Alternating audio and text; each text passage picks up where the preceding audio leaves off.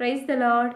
దేవుని పరిశుద్ధ నామమున మీకు శుభములు తెలియచేస్తున్నాను. స్నేహితులారా ఎలా ఉన్నారు? దేవుని యొక్క మహాకృపను బట్టి నేను బాగున్నాను. మీరు కూడా ఆయన కృపను బట్టి బాగున్నారని నేను నమ్ముతున్నాను. ప్రతికూలమైనటువంటి పరిస్థితుల గుండా మనం వెళ్తున్నప్పుడు కొన్ని సందర్భాల్లో మన తల్లిదండ్రులు కూడా మనల్ని చేరదీయకపోవచ్చు. అనేక సందర్భాల్లో మన బంధువులు కూడా మనల్ని త్రోసివేయవచ్చు. అయితే దేవాది దేవుడు మనల్ని ఎప్పుడు కూడా ఆయన త్రోసివేయడు. మన యొక్క సమస్యల్లో మన మూలుగులను వినే దేవుడు యెహోవా. ఆయన అంటాడు కదా, నిన్ను ఇడువను, నేను ఎడబాయను. ఒకని తల్లి వారిని ఆదరించినట్లుగా నేను మిమ్మల్ని ఆదరించుతానని దేవుని వాక్యం సెలవిస్తుంది. ఈ మాట నేను మాట్లాడుతుంటే నాకు ఒక పాట గుర్తుకొస్తుంది. ఈ పాట మీకు తెలిసినట్లయితే కామెంట్ సెక్షన్‌లో మీరు తెలియచేయండి.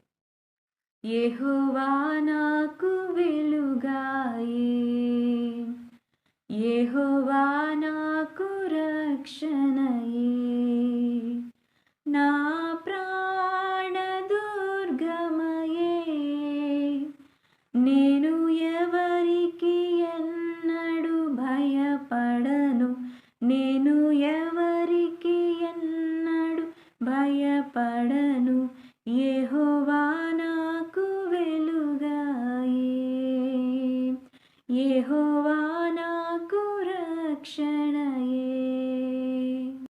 నా తల్లియు నా తండ్రియు ఒకవేళ విడచినను, నా తల్లియు నా తండ్రియు ఒకవేళ విడచినను, ఆపత్కాలమున చేయి విడువకను, ఆపత్కాలమున చేయి విడువకను, యెహోవా నన్ను చేరదీయును, యెహోవా నిన్ను చేరదీయును, యెహోవా నాకు వెలుగాయే, యెహోవా నాకు రక్షణయే, నా ప్రాణ దుర్గమయే,